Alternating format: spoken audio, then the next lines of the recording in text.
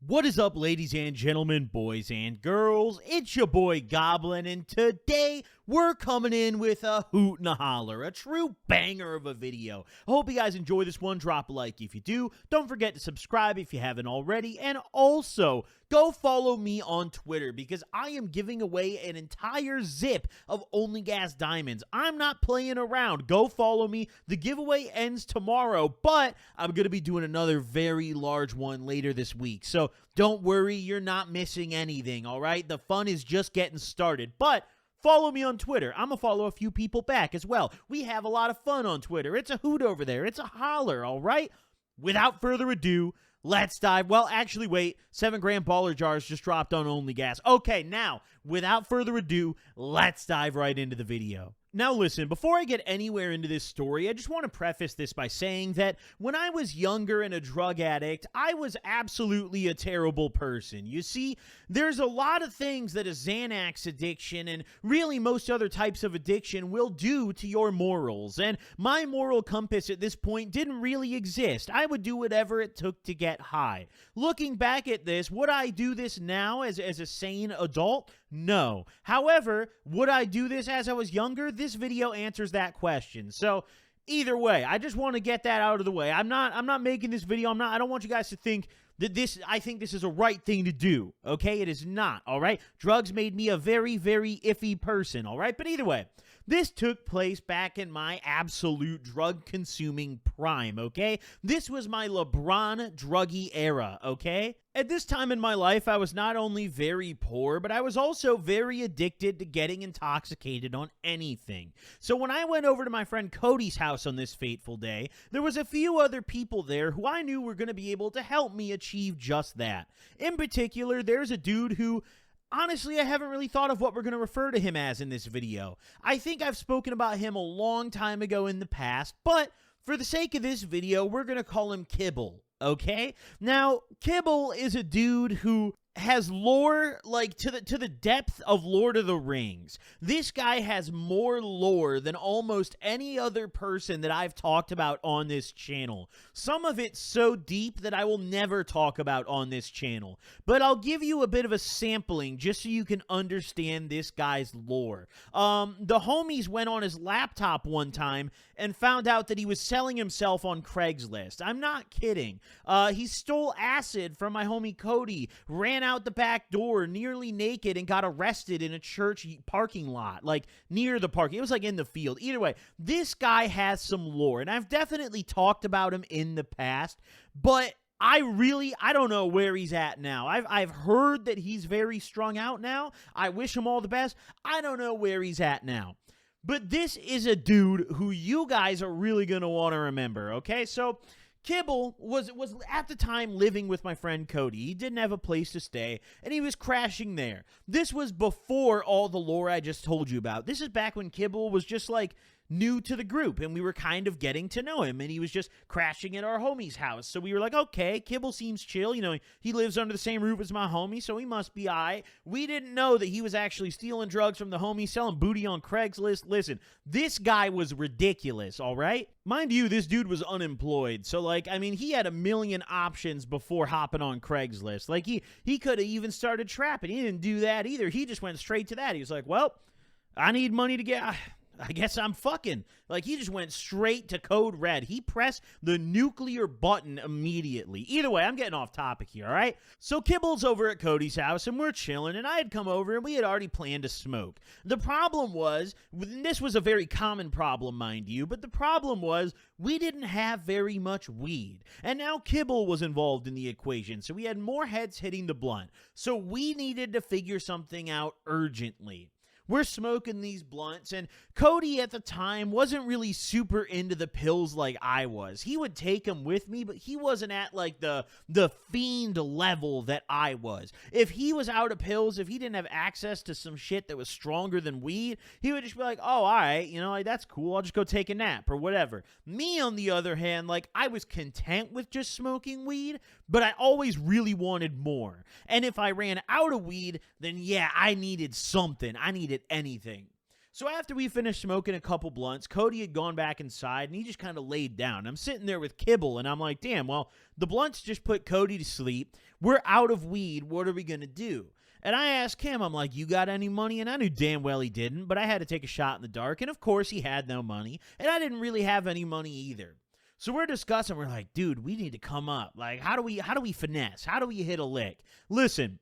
Me and my friends, when we were younger, we wouldn't go around robbing people. It's not like we were pulling up in ski masks and hitting the plug at gunpoint, you know? No, we were little D-gens. We were little fuckers. We were bottom feeders, all right? We would pull up on the plug and hope that he'd hand us the 20 sack without paying attention, and we'd pull the hell off. So Kibble and I are chatting, and finally he's like, dude, let's just see if we can finesse. Let's just see if we can, give someone a fake bill or, I don't know, something. Because at this point, fake bills were going around my area. There was a lot of people that were selling these shits. I could hit quite a few people up at this point and find fake bills, which granted were of awful quality, but these were going around so bad that the McDonald's in my area stopped accepting bills above 20. And the McDonald's, I was not in a bad area. It's not like this was an area where you typically look and be like, oh, okay, yeah, the McDonald's probably has some unusual restrictions. No, this was a very nice little suburb, okay? But the problem with that is in order to acquire fake bills, we also needed money. And we did not have any of that. I'm pretty sure that most of the contestants from Squid Game were wealthier than us at this point, okay? So our only option, we had boiled it down to, all right, we got to find a really stupid plug who's going to hand us a bag before they give us money. And I had kind of exhausted all my options on that list. At this point, I was pretty deep into my fiend days. I had kind of, the people that I was willing to finesse, I had kind of already done so, and I was low on options. But Kibble here, on the other hand, Kibble was kind of stupid. And I'm not saying this to be mean. I genuinely liked him. I thought he was cool to me. He didn't do anything personally to me, but he did shitty things to my friends. And also, he was stupid. There is no beating around the bush. Kibble was not a smart individual, okay? So I knew that if anyone was going to have a plug dumb enough to do this, it had to be someone that was dumb enough to be serving Kibble. So Kibble starts telling me about this Xan plug he's got. He's like, yeah, man, I've got a guy who's got some bars. They're not bad. They're pretty decent. I think maybe, I've grabbed off him a few times. Maybe we could just get a bag off him. You see, getting a front at this point had never crossed our minds. We had never even conceptualized the idea of, like, what if we just ask for a front? Me personally, at this point in my life, I was never willing to swallow my pride and just ask for a front. I would much rather just steal the $20 bag. So that's what we did. You see, he hit up his plug. Kibble said whatever he said to him. I'm not sure, but nevertheless, he arranged to serve.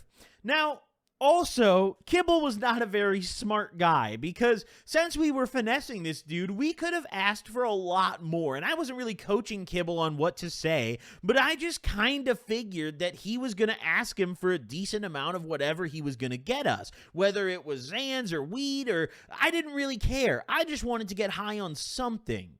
So after a couple minutes, Kibble tells me, he's like, all right, bro, he'll be ready in 30. And I'm like, what are we grabbing? Like, what's the plan? What are we doing? We're going to a serve. You haven't told me anything. We have no money. So Kibble breaks it down. He's like, yeah, bro, I asked him for 4 Xans. He said he'd do it for 20. I was like, we don't have 20. Like, what are you talking about? Like, we don't even have 20. Why would you ask for 4 Xans? Like, why didn't you ask for more? He's like, well, like, I don't want to take too much. And I was like, all right, dude, you know what? This is your plug. You arrange this. You call the shots. All right, Kibble, you call the shots. If you want to only steal 4 Xans, I mean, the outcome's going to be the same. This guy's never serving us again. If you want to burn that bridge for 4 Xans, be my guest. I don't know the guy. And that's exactly what we did. We burnt the bridge for 4 Xans. So we sit there just kind of shooting the shit, discussing our plan for the next little bit until Kibble finally says it's time to go. And honestly, we didn't really formulate a plan. Our idea was this. We were going to pull up. I was going to sit shotgun. We were going to ride in Kibble's car, which, by the way, wasn't actually Kibble's car. Looking back at it, I don't know where he was getting these cars from all the time. Kibble would just show up. Like, I'd say 80% of the time, he did not have a car.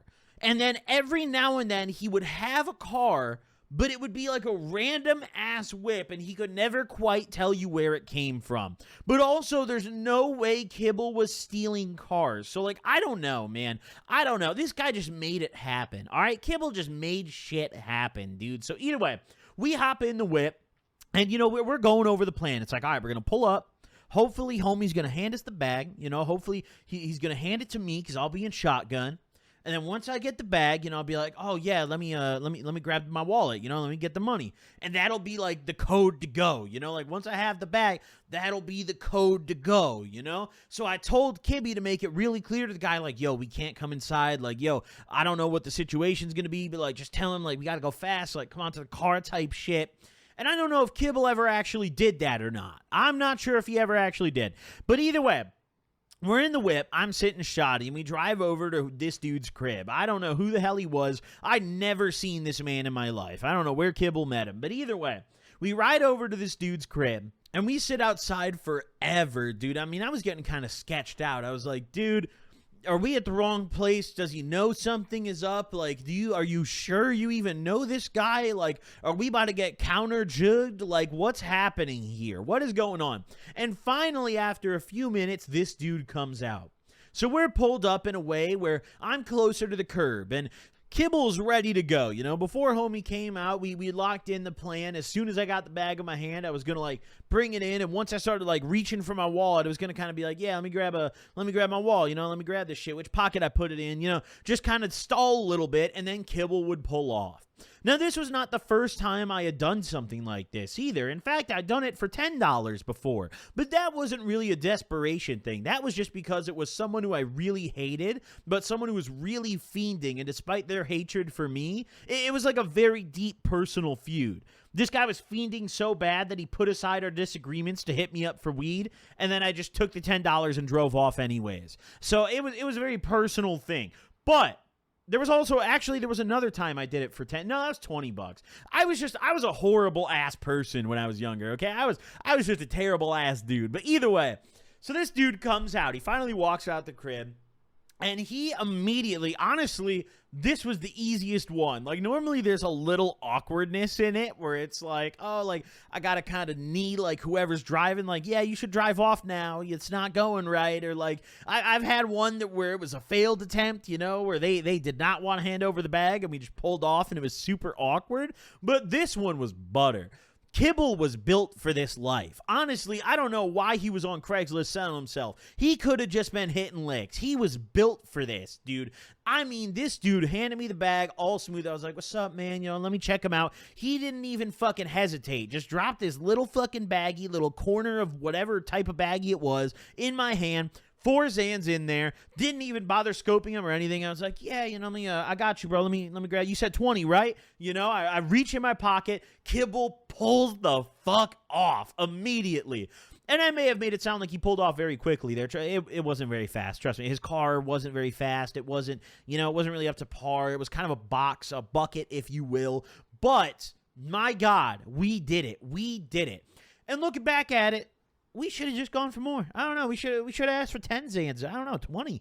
You know, maybe not 4. But nevertheless, we did it. Kibble burnt his Xan plug for 4 Xans for $20 in value. Even less if you go off the cost that the plug paid. That was probably not even $10 in value. We just burnt the plug bridge for about $8 in value, in wholesale value. So, I don't know. Good. Hey, we got fucked up either way. So, we're dipping out of there, and I'm like, Kibble, my fucking boy, dude. I was super hyped. This was one of the, oh my God, what did I just, I just knocked a jar of weed off my desk.